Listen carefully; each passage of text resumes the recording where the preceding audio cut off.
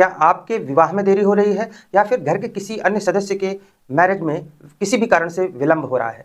यदि ऐसा है तो यह एक परेशानी का कारण बन जाता है। आज की इस वीडियो में हम जानेंगे कुछ ऐसे ही सहज और सरल उपायों के बारे में। तो बहुत ही रोचक विषय है, शुरू से अंत तक वीडियो को अवश्य देखें।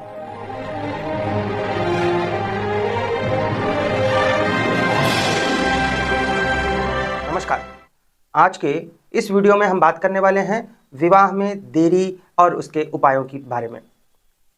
जैसा कि आप जानते हैं कि विवाह एक बहुत ही पवित्र बंधन माना जाता है। विवाह में देरी के कई कारण हो सकते हैं। सबसे पहले इस पर चर्चा करना बहुत जरूरी है। विवाह के लिए सबसे पहले आपकी उम्र होनी चाहिए।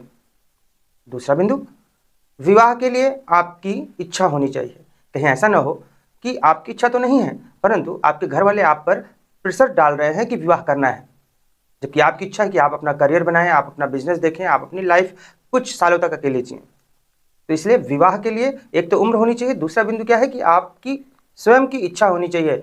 आपको तैयार होना चाहिए यह रिस्पॉन्सिबिलिटी लेने के लिए, यह उत्तरदायित्व निभाने के लिए, इस कमिटमेंट के लिए।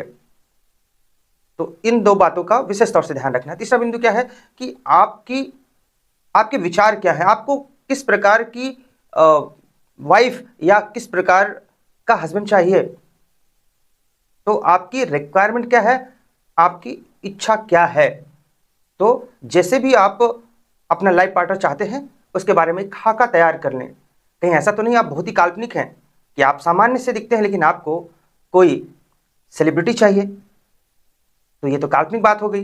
तो हमेशा जैसे कहा जाता है कि रिश्ता हमेशा बराबर वालों में होता है। तो आपको अपने खुद की स्थिति को देखना है और उस हिसाब से फिर अपना लाइफ पार्टनर का चुनाव करना चाहिए। यदि आप अपने स्तर से काफी ऊंचे स्तर की तरफ देख रहे हैं तो आप अपनी रिक्वायरमेंट को कस्टमाइज कीजिए।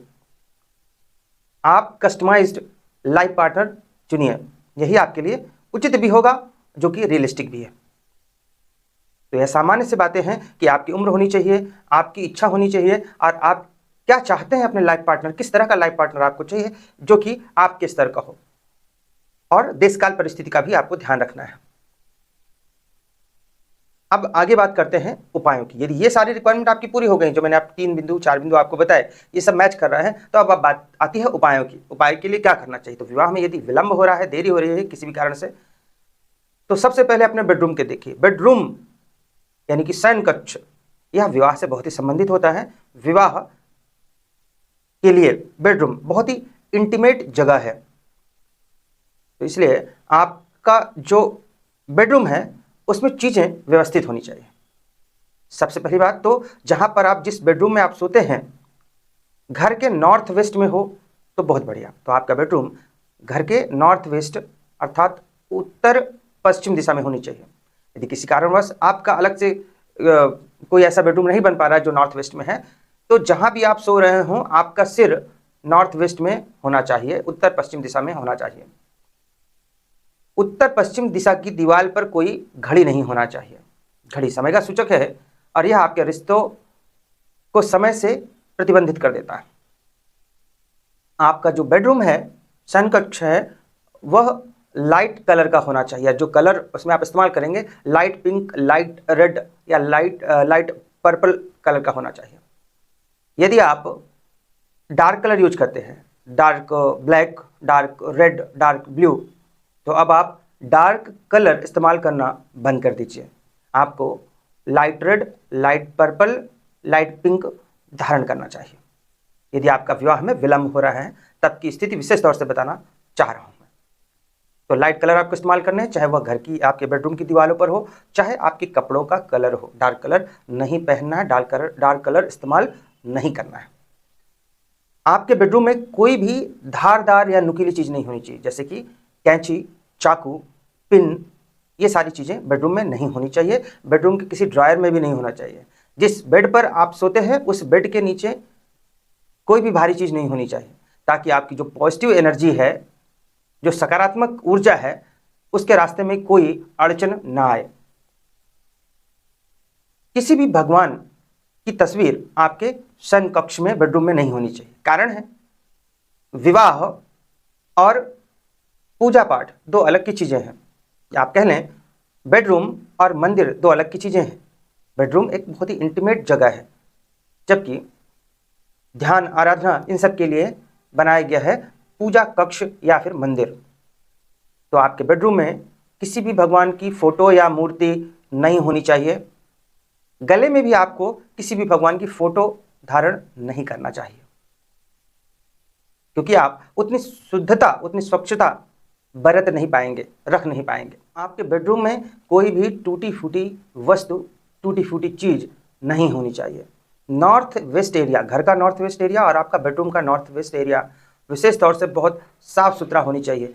बेडरूम में जितनी आवश्यक चीज़ें हो सकती हैं, जितनी कम से कम आवश्यकता की चीज़ें हो सकती हैं, उतनी ही रखें। अनावश्यक भीड़ भाड़ ना हो। एक बहुत ही बढ़िया सा टिप देने वाला हूँ, अवश्य करें। किसी भी व्यक्ति की हथेली में जो अंगूठे का नीचे का क्षेत्र होता है वह शुक्र का क्षेत्र होता है, शुक्र का पर्वत होता है। ये हथेली है, तो इस हथेली में जो अंगूठा है इसके नीचे का जो क्षेत्र है वह है शुक्र का क्षेत्र। तो इस शुक्र के क्षेत्र में आपको लाइट रेड या पिंक कलर से, यहाँ पर पेन से लाइट पिंक या लाइट रेड या फिर पिंक कलर से एक मैजिक वर्ड लिखना है, एक स्विच कोड लिखना है। प्रतिदिन यह करना है। कौन सा कोड है? वह स्विच कोड है 147023। पूरा कहना चाहूँगा, हथेली में जो अंगूठा होता है उसके नीचे का क्षेत्र जो होता है वह होता है शुक्र पर्वत या शुक्र का क्षेत्र, वीनस माउंट। बाएं हाथ के शुक्र के क्षेत्र पर प्रतिदिन आपको यह स्विच कोड लिखना है। कौन सा स्विच कोड है? 147023। यह लाइट रेड या पिंक कलर से लिखना है। यदि आप नीले रंग के पेन से लिखना चाहते हैं तो फिर हथेली में कहीं पर भी आप लिख सकते हैं। यहाँ पे शुक्र पर नहीं लिखना है, बाकी हथेली में कहीं पर भी आप नीले रंग से यह स्विच कोड 147023 लिख सकते हैं। ऐसा आप करें और फिर इसका परिणाम देखें। बहुत ही चमत्कारिक स्विच वर्ड है, अवश्य काम आएगा, विवाह में शीघ्रता करेगा। एक बात और बताना चाहूँगा, जीवन में कोई भी घटनाएं हैं वह बिना गुरु और शनि के घटित नहीं होती हैं, और जो विवाह है उसके कारक ग्रह शुक्र को माना जाता है। तो शुक्र, यही लॉजिक यहाँ पर भी है। जो यहाँ पर स्विच वर्ड आपको शुक्र के क्षेत्र में विशेष तौर से लिखना है, यदि लाइट रेड या पिंक कलर से है लिखना चाहते हैं तो शुक्र का जो क्षेत्र है इससे एक्टिव हो जाएगा, और तब ये आपका जो लाइफ पार्टनर है या जो भी व्यक्ति है जिससे आपका विवाह होने की संभावना है उसके प्रति यह पॉजिटिव जो एनर्जी है उसको नेविगेट करता है। तो शुक्र को अपने अच्छा बनाएं ऐसा करके। तो जितने भी उपाय अभी मैंने बताए बहुत ही सरलतम है, आप करें। अगर सरल भाषा में फिर से रिवीजन करना चाहें तो कुछ इस प्रकार से है कि यदि आपका विवाह में देरी हो रहा है तो घर के नॉर्थ वेस्ट में आप अपना बेडरूम रखें, या फिर जहां भी आप सोएं नॉर्थ वेस्ट में अपना सिर रखें। नॉर्थ वेस्ट में सिर ना रख सकें तब ईस्ट डायरेक्शन में सिर रख सकते हैं, कोई दिक्कत नहीं। लेकिन जो नॉर्थ वेस्ट है वो सबसे अच्छा रहेगा। नॉर्थ वेस्ट में बिल्कुल भी कोई गंदगी नहीं होनी चाहिए, साफ सुथरा होना चाहिए। बेडरूम में नॉर्थ वेस्ट में कोई घड़ी नहीं होनी चाहिए। बेडरूम आपको स्वच्छ रखना है। बेड के नीचे कोई भारी भरकम वस्तु नहीं रखना है। बेडरूम में कोई भगवान की फोटो या तस्वीर या मूर्ति नहीं रखनी है। बेडरूम में कोई भी धारदार हथियार हो, कैंची हो, ये सारी चीज़ें, कैंची चाकू, ये सब नहीं रखना है। और अभी मैंने ये भी बताया था आपको कि आपको लाइट कलर पहनने हैं, light pink, light red, light purple. कम जो बेडरूम का कलर है ये भी यही होना चाहिए। साथ ही साथ मैंने आपको एक स्विच वर्ड बताया 147023। यह शुक्र के क्षेत्र में बाएं हाथ में प्रतिदिन लाइट रेड या फिर पिंक कलर से आपको लिखना है। यदि आप नीले कलर से लिखना चाहते हैं तो हथेली में कहीं पर भी आप यहाँ कहीं भी आप लिख सकते हैं। छोटे छोटे अक्षरों में आप, छोटे छोटे अंकों में आप लिख सकते हैं 147023। यह आपको डेली लिखना है, प्रतिदिन लिखना है। यदि आप ये उपाय करते हैं तो आप देखेंगे कि शीघ्र से शीघ्र आपके विवाह होने की संभावना बनने लगेगी। और इन सबसे पहले मैंने आपको अर्हता बताई थी, अर्थात वह एलिजिबिलिटी बताई थी जो विवाह के लिए चाहिए। उस बात का भी आपको ध्यान रखना है। आशा करता हूँ कि इससे आप लाभान्वित होंगे। आज के लिए बस इतना ही। नमस्कार।